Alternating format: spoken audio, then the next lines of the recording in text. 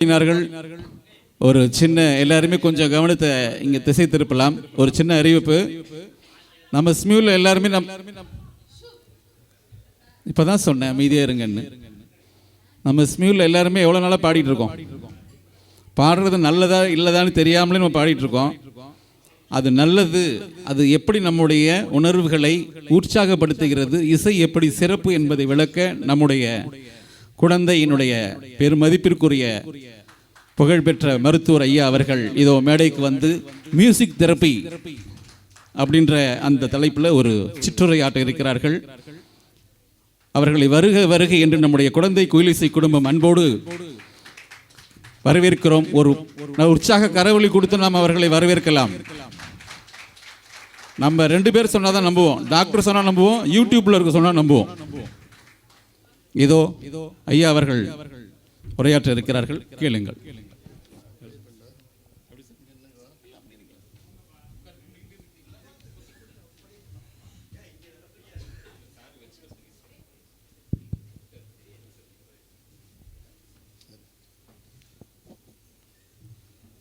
அனைவருக்கும் வணக்கம். இந்த அரங்கத்திலே நடைபெற்று கொண்டிருக்கின்ற இந்த குயிலிசை குழுமத்தின் சங்கம 9வது ஆண்டு விழாவிலே கலந்து கொள்வதில் மற்றற்ற மகிழ்ச்சி அடைகிறேன். இவ்விழா குழுவின் நிர்வாகிகளுக்கும் என்னை நேரில் அழைத்த தினத்தந்தி நிருபரும் இந்த குழுவின் உறுப்பினருமாகிய மதிப்பிற்குரிய ராமச்சந்திரன் உள்ளிட்ட அவையோர், இசை விற்பனர்கள், இசை ஆர்வலர்கள், பெரியோர்கள், தாய்மார்கள் அனைவருக்கும் என் வணக்கத்தையும் வாழ்த்தையும் தெரிவித்து மகிழ்கிறேன்.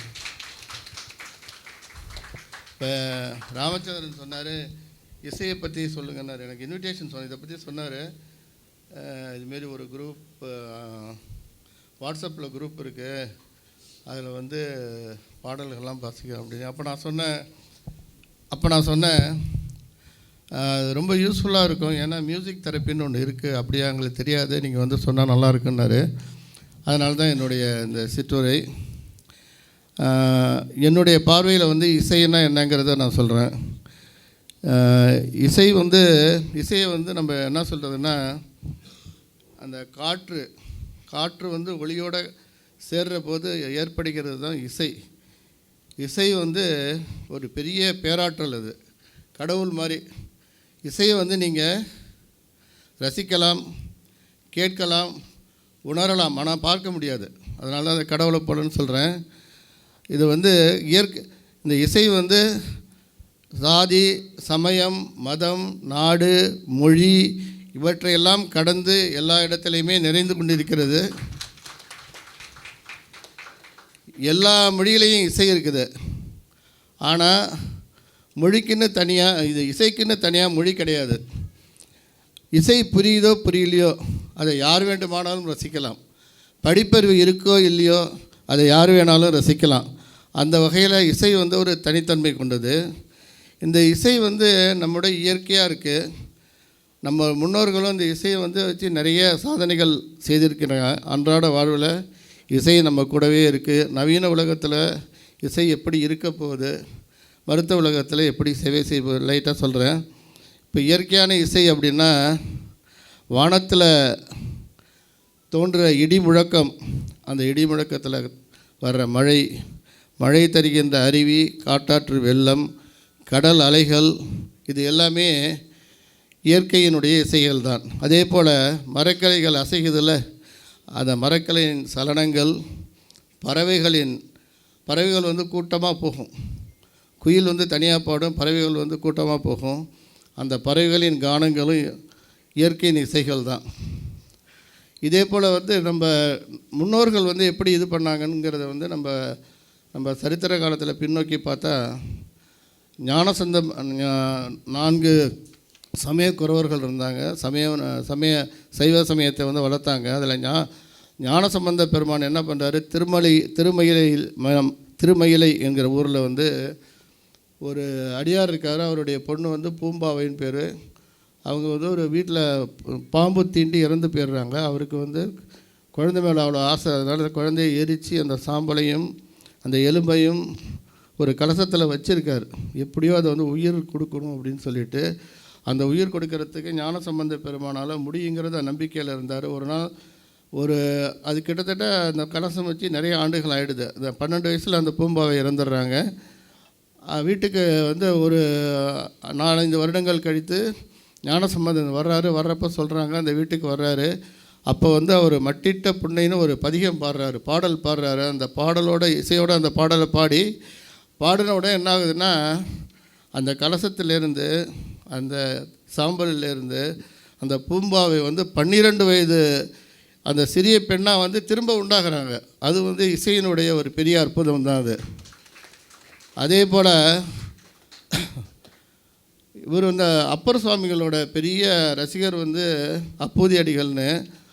அவர் வந்து அவரை பார்க்க வர்றாரு. அவர் வந்து அப்போ விருந்து போடுறாங்க வீட்டில். கண்டிப்பாக வர சொல்கிறாரு. வீட்டுக்கு வந்து தன்னுடைய பையனை வந்து இலைய அறுக்க வந்து வீட்டுக்கு தோட்டத்துக்கு அனுப்புகிறாரு. பாம்பு தீண்டுது. மறுபடியும் என்ன ஆகுதுன்னா, அந்த பையன் இறந்து போயிடுறான். விருந்து தடைப்படக்கூடாதுன்னு வாழை இலையில் சுருட்டி வச்சுட்டு விருந்து போடுறாங்க. அப்போ வந்து அவர் பையன் எங்கேன்னு கேட்குறாரு. அப்போ அழுதுகிட்டே அவர் சொல்கிறாரு. அப்போ என்ன பண்ணுறாரு, அவர் ஒன்று உலகலாம்னு ஒரு பாட்டு பாடுறாரு. பாட்டு பாடி அந்த பாட்டு பாடினோடனே அந்த தீண்டின நாகம் திரும்ப வந்து அந்த நஞ்சை அந்த உடம்புலேருந்து எடுத்து திரும்பி உயிர் கொடுக்குது.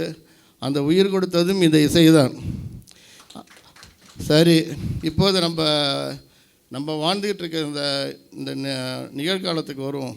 இப்போ நம்ம குழந்தை பிறக்குது. குழந்தை பிறந்தவுடனே அழுகுது இல்லையா? அந்த பிறந்த குழந்தையினுடைய அழுகை தான் வந்து தாயினுடைய மன மகிழ்ச்சி, மன எழுச்சி கூட. அந்த தாய்க்கு முதல் பாட்டு, குழந்தையின் முதல் பாட்டு அதுதான், இசை தான். அந்த முதல் இசை வந்து அந்த அழுகை தான். அதே போல் அந்த குழந்தைக்கு வந்து பாலூட்டி தாலாட்டி வளர்க்குறாங்க அம்மா. அந்த தாலாட்டு வந்து குழந்தைக்கு முதல் இசை அந்த தாலாட்டு தான். ஒரு தடவை வந்து நான் மெடிக்கல் காலேஜில் இருந்தப்போ கவியரசு கண்ணதாசன் வந்தார் அங்கே பேசுகிறதுக்கு. அப்போ அவர் பேசுகிறப்ப என்ன சொன்னார்னா, எல்லாருமே என்னை பெரிய கவிஞர்னு சொல்கிறாங்க. எனக்கு வந்து நான் ரொம்ப படிக்கலை, ரொம்ப பெரிய தமிழ் வந்து பெரிய புலமையெல்லாம் பெற்றதில்லை. எப்படி எனக்கு இந்த புலமை வந்ததுன்னா, எங்கள் செட்டிமார்கள் வந்து செட்டி நாட்டு தாய்மார்கள் வந்து எப்பொழுதுமே வந்து குழந்தைய தொட்டில் போட்டு தாலாட்டு பாட்டு பாடுவாங்க. அதில் வந்து அவங்க ரொம்ப எக்ஸ்பர்ட்ஸு. என்னுடைய தாய் வந்து எனக்கு ஒரு வாட்டியும் தாலாட்டு பாடுறப்ப அந்த பாட்டெல்லாம் கேட்டு தான் நான் இந்த நிலைக்கு உருவாகினார். கண்ணதாசனுக்கு கூட அந்த அவங்க தாயினுடைய தாலாட்டு தான் வந்து ஒரு பெரிய வெற்றியாக அமைந்தது. அதுவும் நம்ம இந்த இடத்துல வந்து உணரணும். அதே போல் இந்த குழந்தை வளருது. ஒரு பெயர் சூட்டு விழா வைக்கிறோம், காது குத்து விழா வைக்கிறோம். அந்த பெண்ணுக்கு பூ பெய்ததுன்னா பூ பெய்தல் விழா வைக்கிறோம். அவர்கள் வயசுக்கு வந்த பிறகு மேரேஜ் பண்ணுறோம். இந்த எல்லா வேலையுமே மங்கள இசை வந்து இசையாக தான் அங்கே ஒழிச்சிக்கிட்டு இருக்கு. அதே போல் அந்த பொண்ணு வந்து ப்ரெக்னென்ட் ஆகிறப்ப என்ன பண்ணுறோம், இப்போ லேட்டஸ்ட்டாக என்ன செய்கிறாங்கன்னா, குழந்தையினுடைய 19 அந்த குழந்தை வந்து தாயின் வயிற்றில் இருக்கிறப்ப 19 அல்லது 20 வாரங்களுக்கு பிறகு குழந்தைக்கு வந்து அந்த கேட்கின்ற திறன் இருக்கிறது. அதனால் என்ன பண்ணுறாங்கன்னா, நிறைய தாய்மார்கள் பாட முடிஞ்சால் பாடுறாங்க, இல்லை பாட முடியாதவங்க டேப் ரெக்கார்டோ இல்லாட்டி ரேடியோ வச்சு அந்த மங்கள இசை அல்லது மங்கள பாட்டு ஏதோ ஒன்று வச்சு அந்த குழந்தை கேட்குற மாரி செய்கிறாங்க. அதுமாரி செய்கிறப்ப என்ன ஆகுது அப்படின்னா, அந்த குழந்தைக்கு வந்து அந்த மூளை நரம்பு மண்டலம் வந்து நன்றாக இயங்குதுன்னு கண்டுபிடிச்சிருக்காங்க.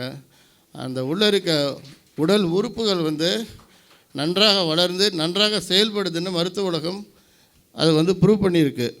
அதே போல் மனிதன் வந்து நான் அன்றாட வாழ்வில் பார்த்தோம்னா இறந்து போகிறப்ப வீட்டில் அழுகுறாங்க. அந்த அழுகுறலோட காட்டுக்கு கொண்டு போகிறப்ப அந்த பறை ஒலி எல்லாமே இசையினுடைய நாதங்கள் தான். இப்போ நவீன காலத்துக்கு வந்துட்டோம். நவீன காலத்தில் என்ன பண்ணுறோம், நம்ம வந்து ஒருத்தருக்கு ஒருத்தர் பேசுகிறதுக்கே டைம் இல்லை. இப்போ எல்லாம் நீங்கள் இங்கே கூடியிருக்கீங்க தவிர பக்கத்து ரூமில் இருக்கவங்களே செல்ஃபோனில் தான் பேசிக்கிறாங்க. இப்போ அந்த அளவுக்கு வந்து செல்ஃபோன் வந்து முக்கியமான நம்மளை வந்து அடிமைப்படுத்திடுச்சு. இப்போ எப்படின்னா, ஒரு மணி நாள் கூட நம்மளால் செல்ஃபோன் இல்லாமல் இருக்க முடியாது. இந்த காலத்தில் என்ன ஆகிருக்குன்னா, ஃப்யூச்சரில் என்ன ஆகும் அப்படின்னா, நீங்கள்லாம் இல்லாமல், நீங்கள் எல்லாமே கூடி இல்லாமல், நீங்கள் எல்லாமே இருக்கிற மாதிரி உங்களுடைய குரல்லையே பாட்டை உண்டாக்கி இங்கே ஒரு அரங்கத்தை உருவாக்கி அந்த நிகழ்ச்சியையும் நடத்த முடியும். அதுக்கு பேர் வந்து வர்ச்சுவல் கான்ஃபரன்ஸுன்னு பேர். உண்மை நிகர் அது வந்து இதுன்னு சொல்லுவாங்க, மாநாடுன்னு சொல்லுவாங்க. ஃப்யூச்சரில் அது கூட வரலாம். இசை வந்து அந்த திக்கை நோக்கி கூட போகலாம். சரி, இதெல்லாம் கடந்து நம்ம இப்போ மருத்துவ உலகத்துக்கு வருவோம். நம்ம வாழ்ந்துக்கிட்டு இருக்கிற உலகம் வந்து பரபரப்பான உலகம். எல்லாருமே வந்து என்ன சொல்கிறது, நமக்கு வந்து பேச டைம் இல்லை, சாப்பிட்றதுக்கு டைம் இல்லை, அதுமாரி இருந்துகிட்ருக்கோம். இயந்திர காலத்தில் இருக்கோம். நம்ம பழைய உறவுகள் எல்லாமே மறைஞ்சு போயிட்டுருக்கு. நிறைய உறவுகள் அருந்து போயிடுச்சு. கூட்டு குடும்பம்லாம் செதிஞ்சு போயிடுச்சு. இதெல்லாம் போயிட்டுருக்கிற நிலைமையில் என்ன ஆகுதுன்னா, ஒருத்தருக்கும் மன அழுத்தம் இருக்குது, உடல் சார்ந்த தொழில் ரீதியான அழுத்தங்கள் இருக்கிறது. இந்த அழுத்தத்தினால என்ன ஆகுதுன்னா, உடலில் வந்து நிறைய மாறுதல்கள் வருது. என்ன மாறுதல்கள் வருது அப்படின்னா, உடலில் நம்ம உடம்புல வந்து ஹார்மோன்ஸ் 2 வகையான ஹார்மோன்ஸ் இருக்குது. நல்ல ஹார்மோன் சொல்லுவோம், கெட்ட ஹார்மோன் சொல்லுவோம். நல்ல ஹார்மோன்ஸ் வந்து நமக்கு வந்து மகிழ்ச்சியை ஊட்டுது. கெட்ட ஹார்மோன்லாம் வந்து நம்ம உடம்பை வந்து இயக்கத்தை வந்து சீர்குலைக்குது, வியாதியை உண்டாக்குது. அப்படிப்பட்ட ஒன்று அந்த இதில் வந்து என்ன ஆகுதுன்னா, இந்த ஸ்ட்ரெஸ்னால் வந்து நிறைய வியாதிகள் வருது. பிபி ஏறுது. பிபி கொஞ்சம் கொஞ்சமாக ஏறி பர்மனெண்ட் ஆகிடுது. அந்த பேஷண்ட் வந்து ஹைப்பர் டென்ஷன் பேஷண்ட் ஆகிடுறாங்க. அதே போல் வந்து அவங்களுக்கு வந்து இந்த ஸ்ட்ரெஸ்ஸுனால் வந்து ஹார்மோன் இம்பேலன்ஸ்னால என்ன ஆகுது அப்படின்னா, அவங்களுக்கு வந்து சர்க்கரை நோய் வருகிறது. அதுவும் பர்மனெண்ட்டாக ஆகிடுது. இது ரெண்டும் இருக்கிறப்ப அவங்களுக்கு வந்து இதயம் பாதிக்கப்படுது, ஹார்ட் அட்டாக் வருது. இதெல்லாம் வராமல் தடுக்கணும் அப்படின்னா, இப்போ நீங்கள் செய்கிறது தான் வந்து சிறந்த சிகிச்சை. என்னென்னா, பாடணும். டெய்லி பாடுறீங்களா, இதுதான் வந்து சிறப்பான சிகிச்சை. இதில் என்ன நமக்கு நன்மை அப்படின்னா, நீங்கள் பாடுறப்ப உங்களுக்குள்ளே வந்து நல்ல ஹார்மோன் சுரக்குது. அந்த ஹார்மோன் வந்து உங்களுக்கு வந்து ஒரு மகிழ்ச்சியை கொடுக்குது. அந்த மகிழ்ச்சியை கொடுக்குற ஹார்மோன் சுரக்கிறப்ப நமக்கு உடம்பு வந்து ஒரு தெளிவாகிறது. நம்ம உடல் இயக்கம் சீராகிறது. நம்ம உடம்புல மூளையில் இருக்கிற வந்து 2 சிஸ்டம் இருக்குது.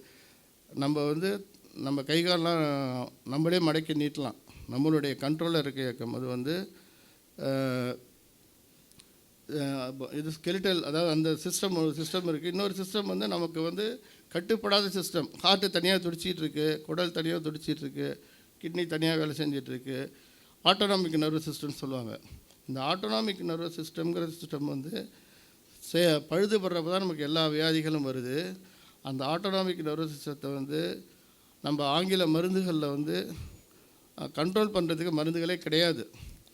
ஆனால் வந்து அதற்கு இணையான நம்ம அந்த மாற்று மருத்துவத்தில் பார்த்தோம்னா பிராணாயாமம் இருக்குல்ல, மூச்சு பயிற்சி, அது மட்டும்தான் அதை வந்து கண்ட்ரோல் பண்ணும். ஆனால் இசை இருக்குல்ல, இசைனால் வந்து இது வந்து சீர்படும். அந்த இயக்கம் வந்து ஒரே சீராக இயங்கும். அப்போ வந்து உங்களுக்கு அதனால் உண்டாகிற வியாதிகள் எல்லாமே தவிர்க்கலாம். ஒரு நோயை தவிர்க்கக்கூடிய ஒரு உன்னதமான ஒரு மருத்துவம் சார்ந்த ஒரு இயக்கம் எதுனா இசை தான். இசை வந்து உங்களுக்கு எல்லாமே வந்து உங்களுக்கு வந்து வியாதி வராமல் தடுக்குது. ஃபஸ்ட்டு ப்ரிவென்டிவ் மெடிசன் சொல்லுவாங்க, தடுக்குது. ரெண்டாவது வந்து இப்போ வந்து ஒருத்தவங்க வந்து நோய்வாய்ப்பட்டு ஒரு பக்கவாதத்தோடு இருக்காங்க. சில பேருக்கு வந்து மறதிகள் வந்துடும், மறதி நோய் வந்துடும். சில பேருக்கு அல்சைமர்ஸ்னு மூளை சுருக்க நோய் வரும். அதெல்லாம் வர்றப்ப அவங்களுடைய காக்னிஷன் சொல்லுவாங்க. காக்னிஷன் என்ன, நமக்கு புரிதலும் அறிதலும், அந்த சென்ஸ் வந்து மாறி போயிடும். அப்போ வந்து அவங்களால நார்மலாக இயங்க முடியாது. அந்த சென்ஸை வந்து நல்ல நிலைக்கு கொண்டு வரத்துக்கு வந்து இந்த இது இருக்குல்ல, மியூசிக் வந்து நல்லா உபயோகப்படுது. எப்படி அப்படின்னா, இது வந்து மருத்துவ உலகத்தில் வந்து நிரூபிச்சிருக்காங்க. அயல் நாடுகளில் வந்து இது வந்து மியூசிக் தெரப்பிங்கிறது ஸ்பெஷல் டிபார்ட்மெண்ட்ஸாக இருக்குது. அதில் வந்து பணியாற்றக்கூடியவங்கெல்லாம் ஸ்பெஷலிஸ்ட்டு, மியூசிக் தெரப்பிஸ்ட்னு பேர். அதில் 2 பிரிவு இருக்குது. ரொம்ப தீவிர சிகிச்சை தேவைப்படுறவங்க 4 பட சிகிச்சை, அக்யூட் தெரப்பி, கிரானிக் தெரப்பின்னு இருக்குது. அதுமாரி வந்து வளர்ந்துக்கிட்டு இருக்குது. நம்ம நாட்டிலையுமே வந்து வடநாட்டிலலாம் அது இந்த மியூசிக் தெரப்பி இருந்துகிட்ருக்கு. இது எப்படி நமக்கு உபயோகப்படுதுன்னா, நம்ம மூளையில் வந்து செல்கள் இருக்குது. அந்த செல்கள் வந்து இப்போ முன்னாடியெல்லாம் என்ன, பழைய காலத்தில் என்ன சொல்லிட்டு இருந்தாங்கன்னா, நான் படிக்கிற காலத்தில் என்ன சொன்னாங்கன்னா, ஒரு மனிதன் வளர்கிறப்ப அந்த மூளை வளர்ச்சி அடையுது, ஒரு அளவுக்கு மேலே நின்றுடும். அதுக்கப்புறம் அது தேஞ்சு அதுக்கப்புறம் வந்து பழுதுபட்டு போனால் மூளையை வந்து திரும்ப இயக்க முடியாதுன்னு சொன்னாங்க. ஆனால் இப்போ லேட்டஸ்ட்டாக என்ன சொன்னாங்கன்னா, நியூரோ பிளாஸ்டிசிட்டின்னு சொல்கிறாங்க. நியூரோ பிளாஸ்டிசிட்டி அப்படின்னா என்னென்னா, நம்ம வந்து பெரிய பெரிய அறிஞர்கள்லாம் இருக்காங்கல்ல உலகத்தில் பெரிய ஐன்ஸ்டீன் இதுமாரி பெரிய அறிஞர்கள் அவங்கெல்லாம் கூட தன்னுடைய மூளையை எவ்வளோ உபயோகப்படுத்துகிறாங்கன்னா மூளையில் 8% தான் உபயோகப்படுத்துகிறாங்களாம். நம்மளாம் 2%, 3%, 4% தான் உபயோகப்படுத்துகிறோம். அப்போ மீதி இருக்கிற 90க்கும் மேற்பட்ட அந்த அளவீடு உள்ள அந்த நியூரான் சொல்கிறோம்ல, நியூரான்கிறது வந்து எலக்ட்ரிக்கல் கனெக்ஷன். அந்த செல்லு இருக்கும், செல்லுலேருந்து நரம்பு வரும், அதுக்கு பேர் வந்து நியூரான் பேர். எப்படின்னா எலக்ட்ரிக்கல் சர்க்யூட் மாரி அது ஒயர் வருதில்ல, அது மாதிரி அந்த நியூரானுடைய ஆக்டிவிட்டி அதனுடைய செயல்பாடுகள் வந்து இதுமாரி பழுதடைஞ்சு போன பிறகு நம்ம வந்து இந்த மியூசிக் தெரப்பி கொடுக்குறப்ப என்ன ஆகுதுன்னா, நார்மலாக உபயோகப்படாமல் இருக்குல்ல அந்த நியூரான்ஸ் வந்து தூண்டப்பட்டு திரும்ப வந்து அவங்களுக்கு வந்து பழைய நிலைமையே கொண்டு வரக்கூடிய அளவுக்கு கூட இந்த மியூசிக் தெரப்பி வந்து உபயோகப்படுது. இது வந்து இன்னும் வளர்ச்சியில் இருக்குது.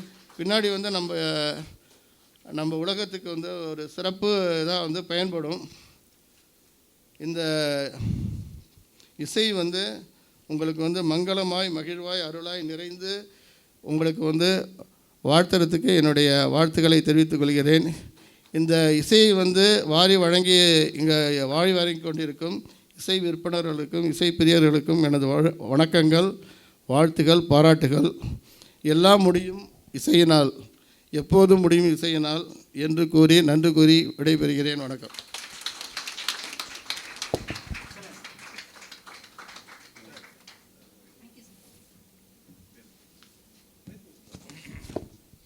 சார் வந்து நிறைய கருத்துக்களை நமக்கு அழகாக பகிர்ந்து இன்றைய யதார்த்த உலகம் நாம் நிகழ்த்திய நம்முடைய நிகழ்ச்சியை பாராட்டியவர்களுக்கு நாம் கரவொலி கொடுத்து நம்முடைய மகிழ்வை தெரிவிக்கும் விதமாக திரு ராஜராஜன் சார் அவர்களுக்கு பொன்னாடை போர்த்தி பெருமை பாராட்டுகிறார். இசையால் முடியும் அப்படின்றத நம்மளுக்கு புரிய வைத்தவர்களுக்கு நம்முடைய ட்ரிபிள் கே சார்பாக நெஞ்சார்ந்த நன்றிகளையும் வணக்கங்களையும் வாழ்த்துக்களையும் தெரிவிக்கிறோம். இது ஒரு நிகழ்ச்சி தொடர்கிறது. ரொம்ப நன்றிகள் சார். ஓகே.